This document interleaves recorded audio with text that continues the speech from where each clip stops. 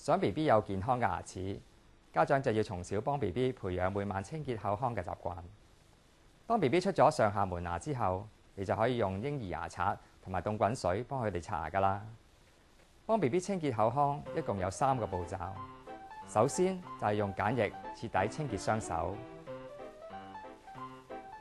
跟住濕少少凍滾水，用紗布、棉花或者毛巾仔包住手指，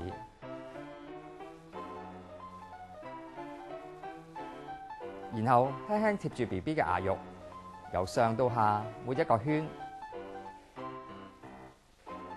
如果 BB 有牙仔，就記得要抹埋佢啦。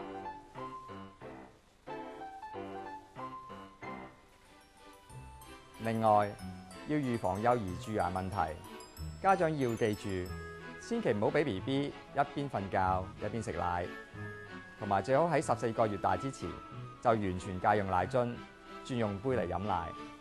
記得 BB 喺9個月大就要俾佢學用杯啦。